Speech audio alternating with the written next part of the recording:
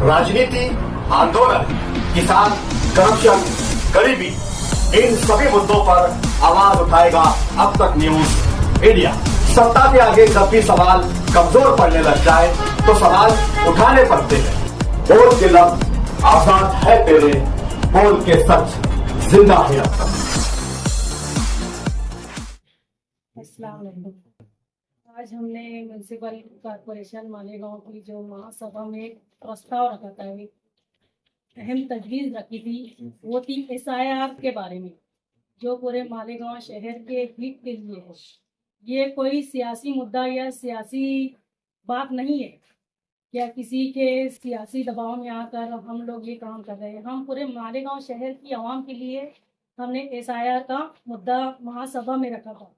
हालांकि ये मुद्दा कॉरपोरेशन के हद में नहीं है, ये काम तो तहसीलदार ऑफिसर का, इलेक्शन कमिश्नर के हक में आता है। लेकिन ये प्रस्ताव हमने आवाम की एक मदद हो सके, गरीब आवाम की मदद हो सके उसके लिए हमने ये प्रस्ताव हमारी महासभा में एक विषय के तौर पे रखा था कि जो टीचर्स हैं उनकी डबल जिम्मेदारी हो जाती है कि ये SIR का भी काम कर रहे हैं और टीचर्स का भी हक अदा कर रहे हैं। हमने उसके लिए एक विषय रखा था, लेकिन जो अपने अपोजिशन के लोग हैं उन्होंने कुछ अलग ही मुद्दा बनाकर एक, क्या कहना चाहिए, झगड़े पर आ जाते हैं हर दफा। मतलब टेबल तक, हमारे मुंह तक आकर दूसरों कॉर्पोरेटरों से बहुत ही ज़्यादा बेहिस तरीके से वो बातें चीज जो करते हैं वो बहुत ही गलत अंदाज होता है उनका। वो डायरेक्ट मारने पर और झगड़े पर आकर मुद्दे को दबाने की बात करते हैं। हालांकि ये पूरे मालेगांव शहर का मामला है, उनका इलाका क्या, अपना इलाका क्या और आउटर का क्या, ये पूरे शहर का मामला है। हमने इस विषय को मंजूर तो किया है। ये मालेगांव शहर की आवाम के लिए खुशी की बात है। मैपिंग का जो मामला है इंशाअल्लाह पूरा होगा और टीचर्स हजरात जो बेरोजगार हैं उनके लिए हमने शेख आसिफ साहब से जो उर्दू घर में हमने एक मीटिंग के जरिए जो बात की थी, उस मुद्दे को लेकर भी हमने ये विषय पास किया है कि जो बेरोजगार टीचर्स बहुत ज़्यादा है मालेगांव में, आउटर में, उनके लिए ये जो काम करेंगे SIR का, टीचरों की भी मदद हो जाएगी, BLO की जो मदद करेंगे, जो बेरोजगार टीचर्स हम उनके लिए देंगे, उनके लिए आसानी का सबब बन जाएगा। पूरे अपोजिशन वाले पूरे कॉर्पोरेटर्स आकर हंगामा करते हैं और लेडीज पर ऐसे बोलते हैं कि हमें बोलने का मौका ही नहीं देते, ना हमारी बात सुनते हैं। हम दो लेडीज का ना लिहाज करते हैं ना बात सुनते हैं, डायरेक्ट मारने पर आ जाते हैं। मैंने तो अब इतना किया है क्या, मेरे आगे वो लोग अगर खड़े होकर बात करेंगे तो सही तरीका है, वो भी एक एक कर बात करेंगे तो सही है, वरना मैं 4 गार्ड रखने वाली हूँ आइंदा सभा में। अगर वो इस पर भी ना माने तो मैं उनको सस्पेंड करने का ऑर्डर पहले करके फिर मैं महासभा लूँगी। तो सभी कॉर्पोरेटरों को बराबर का हक देते हैं। वो इतने ज़्यादा बोलते हैं कि एक दूसरे की आवाज़ सुनाई नहीं देती, वो खुद ही बहुत ज़्यादा बोलने लग जाते हैं। खालिद परवेज तो पहले मुद्दे से पहले ही बोलना शुरू कर देते हैं और सब पर दबाव डालना शुरू कर देते हैं। मीडिया वाले पूरी महासभा को कवर करते हैं, पिछली भी महासभा को और आज की भी महासभा को। MIM के कुछ कारपोरेटर्स जो हर वक्त हंगामा करके और डिस्टर्ब करने की कोशिश करते हैं, महासभा चलने नहीं देते। SIR जैसे मुद्दे पर और सेंसस जो होने वाला है, इस पर हमने एक सवाल लेकर आया था और वो सवाल एकदम क्लियर था कि BLO अपना काम करेंगे, उनको सहायक बोल के मदद करने के लिए कोई चाहिए, तो ऐसे नौजवान जो BEd DEd हैं उनको मानधन पर लेना, और वही लोग हमको आगे सेंसस में भी काम आएंगे। जो मर्दमशुमारी अभी शुरू होने वाली है वो पूरा मेन पावर कारपोरेशन को देना है, कारपोरेशन ही वो मर्दमशुमारी घर घर जाकर करेंगे, तो वो लोग हमको मददगार रहेंगे। मेन पावर कारपोरेशन में कम है और अभी अगर सर्वे सारे अधिकारी कर्मचारी को हम सर्वे पे लगा देंगे तो बाकी कारपोरेशन अपना कामकाज कैसे कर सकती है। इसलिए हेल्प के तौर पर लिए और शुरुआत में ही हमने क्लियर बता दिए थे, सूचना ला करके ये सवाल क्या है, और जिला अधिकारी को भेज रहे हैं कि उनको अगर कोई चीज में मदद चाहिए तो हम ऐसे मदद करने के लिए तैयार हैं। मगर एमआईएम के एक कारपोरेटर जो बिला वजह की बात करते हैं, सिर्फ ये समझना कि मैं जो बोल रहा हूँ वो बात सुनी जाए। आप शुरुआत में देखेंगे एमआईएम के कारपोरेटर ने अपनी बात रखी, उस पर महापौर मैडम ने उनको जवाब भी दिया। शिवसेना के लोगों ने अपनी बात रखी, शिवसेना के सवाल पर ही उपायुक्त तो दगड़े मैडम ने प्रशासन की तरफ से तफसील से एसआईआर और सेंसस पर अपनी बात रख दी थी।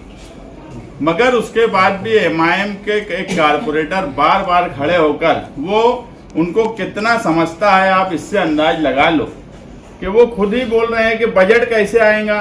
वो खुद ही बोल रहे हैं कि महापौर के पास बजट का इख्तियार है तो वो बजट का प्रोविजन वहां कर लेंगी, और उसके बाद वो बोलते हैं कमिश्नर बताए कि बजट कहाँ आएगा। अरे जब तुमको मालूम है कि पिछली महासभा में बजट महापौर मैडम को इख्तियार दे दिया गया, तुम ये बात बोल भी रहे हो, तो फिर कमिश्नर से पूछना कि बजट कहाँ से आएगा, ये बेवकूफ़ी जैसी बात लगती। और इस तरह की बात करके भंगड़ करते, महासभा चलने नहीं देते। लेडीज मेयर और डिप्टी मेयर है, उनके वहाँ तक जाते हैं, अपनी जगह से बात नहीं करते, बीच बीच में कोई अगर दूसरा बोलने लगता है तो बीच बीच में बोलते। जबकि पूरे इस शुरुआत में आपने देखा होगा जब जो बात जिनको बोलनी थी वो बात बोली। जब बिला वजह की बात पूछी जाने लगी तो हमारे सीनियर कारपोरेटर इरफान अली ने कहा कि वोटिंग करवा लो।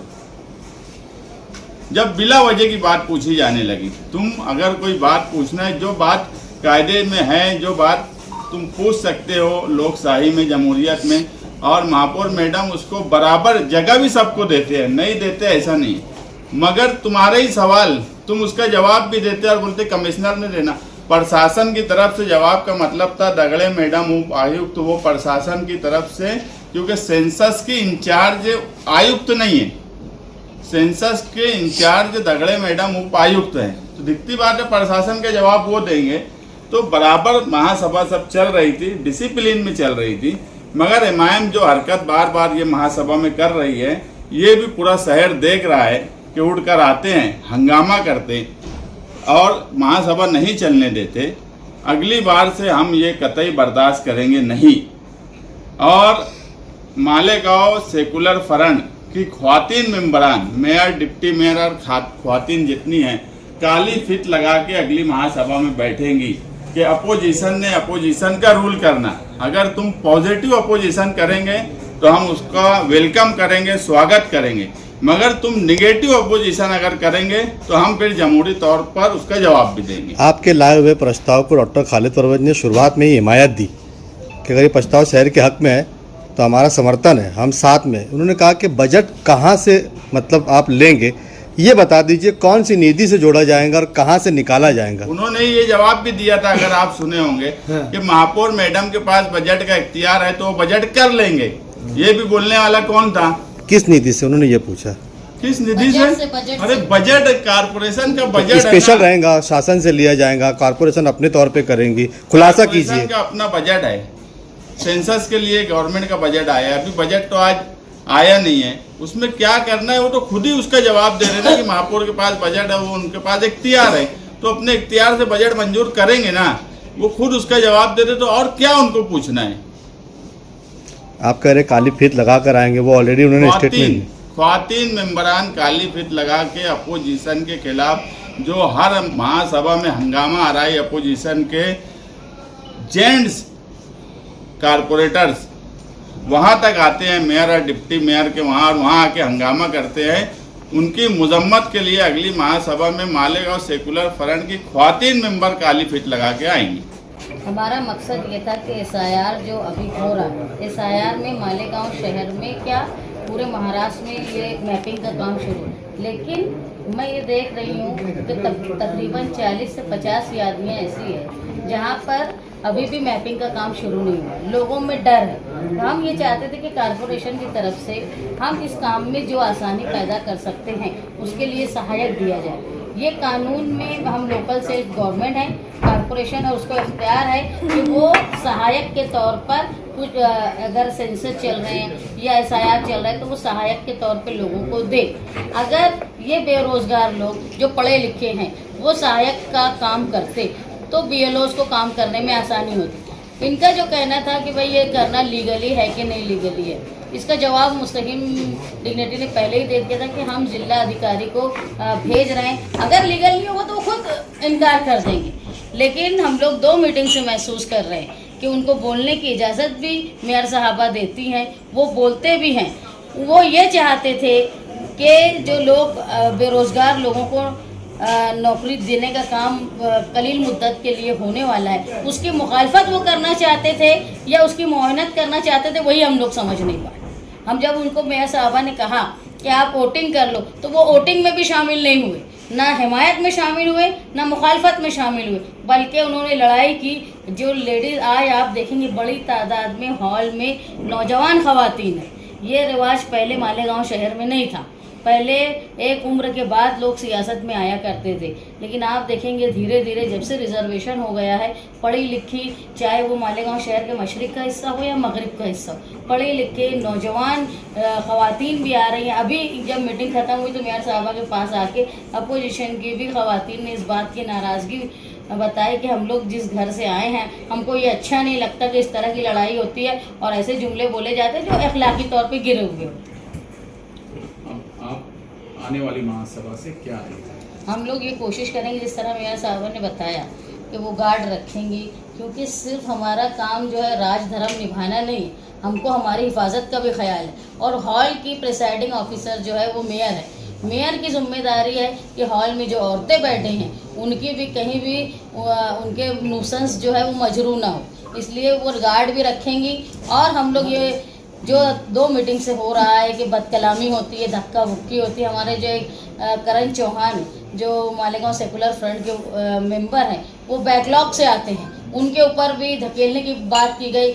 ऐसा हुआ कि जो बदकलामी की गई, लेकिन हम लोग लड़ाई नहीं करना चाहते क्योंकि हमको शहर का विकास करना है, तो हमने नज़रअंदाज किया। लेकिन इस तरह की बद अखलाकी की हरकत ना हो उसका इंतज़ाम मेयर साहबा करेंगे आने वाले। डॉक्टर खालिद पर आप पे भी इल्जाम लगा है कि आपकी तरफ से जो कारपोरेटर थे उन्होंने भी गुंडागर्दी की, इस तरह का। आप मीडिया वहाँ मौजूद था, मीडिया ये देख रहा था कि हम लोग चाहते थे कि शहर की भलाई में जो एक विषय है वो पास हो जाए। सारी डिटेल्स जो है वो असिस्टेंट कमिश्नर ने भी उनको दी, जो विषय लाया गया था असलम अंसारी साहब ने भी दी, मुस्तकीम डिग्निटी साहब ने भी दी। उसके बाद मुझे नहीं लगता कि कोई ऐसा बात बची थी जिसकी मालूमात लेने की ज़रूरत है। इन्होंने मुखालफत की, मेयर साहबा ने उस वक्त कहा कि अगर आपकी मुखालफत है तो आप विरोध में वोट कर दीजिए, लेकिन इनका मकसद सिर्फ हंगामा करना था। शायद वो ये चाहते थे कि मीटिंग को सही तरीके से चलने ना दिया जाए और ये विषय पास ना हो, और वो ये चाहते थे कि जो औरतें बड़ी तादाद हॉल में मौजूद हैं वहाँ इतना तमाशा करना कि वो उनकी प्रेजेंटिंग कम होने लगे। अपोजिशन की तरफ से इल्ज़ाम ये भी लगाया गया कि जो सभागृह हॉल है उसे रूलिंग पार्टी जो है वो अपना सियासी पार्टी का दफ्तर समझ रही है। आप एक बात समझो, मीटिंग जब से शुरू हुई राष्ट्रगीत और मेयर साहबा के बैठने के बाद आप सब वहाँ गैलरी में थे, आप बताओ कि ज़्यादा बोलने का मौका मेयर साहबा ने किन को दिया? अपोजिशन के लोगों को ही उन्होंने ज़्यादा मौका दिया। सिर्फ 2 लोग जिन्होंने प्रस्ताव के ताल्लुक से मालूमात थी, सूचक और अनुमोदक थे, असलम अंसारी, मुस्तकीम डिग्निटी। इसके अलावा शिवसेना के 3 लोगों को, बीजेपी के लोगों को और डॉक्टर खालिद को खुद 4 दफ़ा बोलने का मौका दिया। तो वो कैसे बोलते हैं? और मैं कुछ अपनी ज़बान से बोल रही हूँ ऐसा नहीं, आप खुद वहाँ मौजूद थे, आप अपने कैमरे में धुनी फीत में देख लीजिए।